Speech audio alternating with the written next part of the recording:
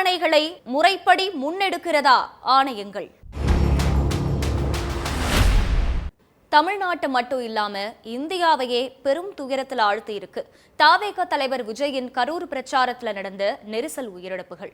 பிரச்சார கூட்ட நெரிசல்ல சிக்கி 40க்கும் மேற்பட்டவங்க உயிரிழந்த சோகத்துக்கு இந்தியாவோட பல பாகங்கள்ல இருந்து பலர் தங்களோட இரங்கலை தெரிவிச்சிட்டு இருக்க நிலையில இங்க சிலர் அதுக்கு அரசியல் சாயம் பூசுற முயற்சிகளையும் செஞ்சுட்டு வர்றாங்க.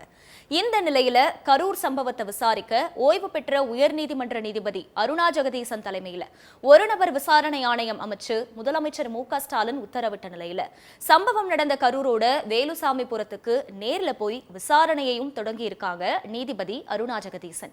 இன்னொரு பக்கம் இந்த சம்பவத்தை சிபிஐ அல்லது சிறப்பு புலனாய்வு குழுவை வச்சு விசாரணை மேற்கொள்ளணும்னு நீதிமன்றத்தை நாடி இருக்கு தவேக தரப்பு.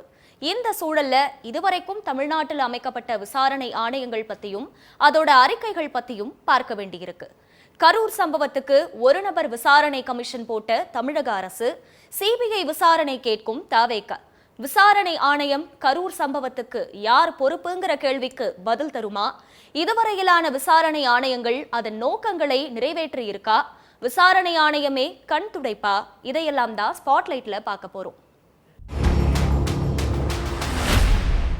தவேக தலைவர் விஜய் தன்னோட அரசியல் பிரச்சாரத்தை ஒவ்வொரு வாரமும் சனிக்கிழமைகள்ல மேற்கொண்டுட்டு வர்ற நிலையில செப்டம்பர் 27ஆம் தேதி கரூர் வேலுசாமிபுரத்துல பிரச்சாரம் மேற்கொண்டாரு.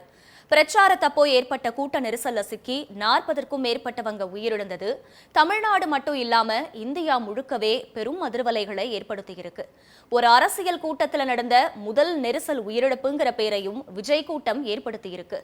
இந்த கோர சம்பவத்துக்கு என்ன காரணம், யார் குற்றவாளிங்கிறத விசாரிக்க முன்னாள் உயர்நீதிமன்ற நீதிபதி அருணா ஜெகதீசன் தலைமையில தமிழ்நாடு அரசு விசாரணை ஆணையத்தை அமைச்சிருக்கு. அதே சமயம் சிபிஐ விசாரணை நடத்தணும்னு நீதிமன்றத்தை விஜய் தரப்பு நாடியிருக்கு. தேசிய குற்ற ஆவண காப்பகத்தோட தரவுகள் படி 1996 இருந்து 2022 வரைக்கும் இந்தியாவில் 3935 கூட்ட நெரிசல் சம்பவங்கள் நிகழ்ந்திருக்கிறதாவும் அதுல சுமார் 3000க்கும் அதிகமானோர் உயிரிழந்திருக்கிறதாவும் தெரிவிக்கப்பட்டிருக்கு. அதே சமயம் பெரும்பாலான சம்பவங்கள் திருவிழாக்கள், விளையாட்டு போட்டிகள், திரைப்பட கொண்டாட்டங்கள், மத கூட்டங்கள், பொது நிகழ்ச்சிகள்னு இடம்பெற்றிருக்கு. ஒரு அரசியல் பிரச்சாரத்துல 40க்கும் மேற்பட்டவங்க உயிரிழந்திருக்கிறது கரூர்ல நடந்த விஜயோட பிரச்சார கூட்டத்துல தாங்கிறதோ தமிழ்நாட்டுக்கே ஒரு கரும்புள்ளியா பார்க்கப்படுது. விசாரணை ஆணையங்களுக்கு மாற்றா சிபிஐ அல்லது சிறப்பு புலனாய்வு குழு விசாரணைக்கான கோரிக்கைகள் எழ என்ன காரணம்ங்கிறதையும் பார்க்க வேண்டியிருக்கு. 1977 இருந்து 1987 வரைக்குமான 10 ஆண்டு கால எம்ஜிஆர் ஆட்சியில 1979 மாணவர் கலவரங்கள், காவல்துறை துப்பாக்கிச்சூடு சம்பவங்கள் தொடர்பா நீதிபதி ஜவஹர் பாமா தலைமையில ஒரு ஆணையம் அமைக்கப்பட்டு அறிக்கையும் தாக்கல் செய்யப்பட்டுச்சு. ஆனா அறிக்கையில பரிந்துரைகள் பகுதியளவுல மட்டுமே அமல்படுத்தப்பட்டுச்சு. இன்னொரு பக்கம் 1980 பொதுமக்கள் மீது காவல்துறை மேற்கொண்ட தவறான நடவடிக்கைகளுக்கு நீதிபதி SR சம்பந்தம் தலைமையிலான ஆணையம் தாக்கல் செஞ்ச அறிக்கை புறக்கணிக்கப்பட்டுச்சு. 1982 மதுரையில ஏற்பட்ட மத கலவரம் தொடர்பா நீதிபதி AR ஜெயசங்கர் தலைமையில ஒரு ஆணையம் அமைக்கப்பட்டுச்சு.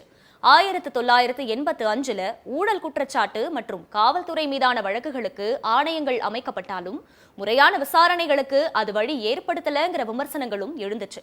1969 வன்னியர் மற்றும் தலித் சமுதாயத்துக்கு இடையேயான கலவரம் மற்றும் காவல்துறையோட வன்முறை நடவடிக்கைகள் மீது கருணாநிதியோட ஆட்சியில ஷர்மா கமிஷன் அமைக்கப்பட்டு பரிந்துரைகளும் அமல்படுத்தப்பட்டுச்சு.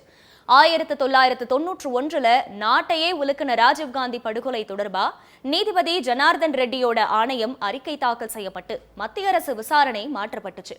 கூடவே காவல்துறை மேற்கொண்ட துப்பாக்கிச்சூடு மற்றும் வன்முறைகள் தொடர்பா பல விசாரணை ஆணையங்கள் மேற்கொள்ளப்பட்டாலும் முறையான நடவடிக்கைகள் எடுக்கப்படலங்கிற குற்றச்சாட்டும் முன்வைக்கப்படுது. முன்னாள் முதல்வர் ஜெயலலிதா மறைவுக்கும் அதிமுக ஆட்சியில 2017 அமைக்கப்பட்ட நீதிபதி ஆறுமுகசாமியோட ஆணையம் 2022 608 பக்கங்கள் கொண்ட அறிக்கையை தாக்கல் செஞ்ச நிலையில அது பல கேள்விகள் மற்றும் மருத்துவ சிகிச்சை தொடர்பா பல விவாதங்களுக்கும் வழிவகை செஞ்சது. ஆனா ஜெயலலிதா மரணம் தொடர்பான இறுதியான எந்த காரணத்தையும் வலுவா அந்த ஆணையம் சொல்லலங்கிறதோ ஆணைய அறிக்கை மேலேயே நீதிமன்றங்கள்ல மேல்முறையீடுகளும் செய்யப்பட்டுச்சு. அடுத்து எடப்பாடி பழனிசாமி ஆட்சியில தூத்துக்குடியில நடத்தப்பட்ட ஸ்டெர்லைட் துப்பாக்கிச்சூடு சம்பவம் குறித்து அருணா ஜெகதீசனோட ஆணையம் வழங்கின அறிக்கையை ஏற்று சம்பந்தப்பட்ட அதிகாரிகளுக்கு தண்டனை வழங்கப்பட்டதையும் பார்க்க வேண்டியிருக்கு. எதிர்பாராத சம்பவங்களோ பெரும் ஊழல் குற்றச்சாட்டுகளோ அல்லது அதிகாரத்தில் இருக்கவங்க மீதான புகார்களோ வரும் பட்சத்துல அரசே இது போன்ற தனிநபரோ அல்லது விசாரணை ஆணைய குழுவையோ அமைக்கும். ஒரு விவகாரத்தை பத்தி முழுசா விசாரிக்க சட்டப்பூர்வமான முழு சுதந்திரமும் அதிகாரமும் ஆணையங்களுக்கு வழங்கப்பட்டாலும் ஏதோ ஒரு அரசியல் அழுத்தங்கள் காரணமா விசாரணை ஆணையங்களோட கைகள் கட்டப்படுற குற்றச்சாட்டுகள் எழுறதோ இங்க நடந்துட்டு தான் இருக்கு. அதே சமயம் வருஷ கணக்குல நடக்கிற விசாரணையோட உண்மைத்தன்மை வெளிப்படைத்தன்மை பத்தின கேள்விகளும் எழுப்பப்படுது. இதை எல்லாத்தையும் மீறி ஆணையங்கள் கொடுக்கிற அறிக்கைகள்ல பெரும்பாலான பரிந்துரைகள் ஏற்கப்படாமல் போவதும் பல கேள்விகளுக்கு வழிவகுக்குது. விசாரணை ஆணையங்கள் விருப்பு வெறுப்பு இல்லாம செயல்படுறத உறுதி செஞ்சு அது மக்களுக்கு தெரியப்படுத்துறதும் ஆணையங்களோட பரிந்துரைகளை எந்த சமரசமும் இல்லாம அமல்படுத்தி சம்பந்தப்பட்ட தவறுக்கு தண்டனை பெற்று தர்றதுதான் விசாரணை ஆணையங்கள் அமைக்கப்பட்ட நோக்கங்களை முழுமைப்படுத்தும். கரூர் விவகாரத்திலையும் அருணா ஜெகதீசன் விசாரணை ஆணையத்துக்கிட்ட மக்கள் எதிர்பார்க்கிறதும் இதைத்தான்.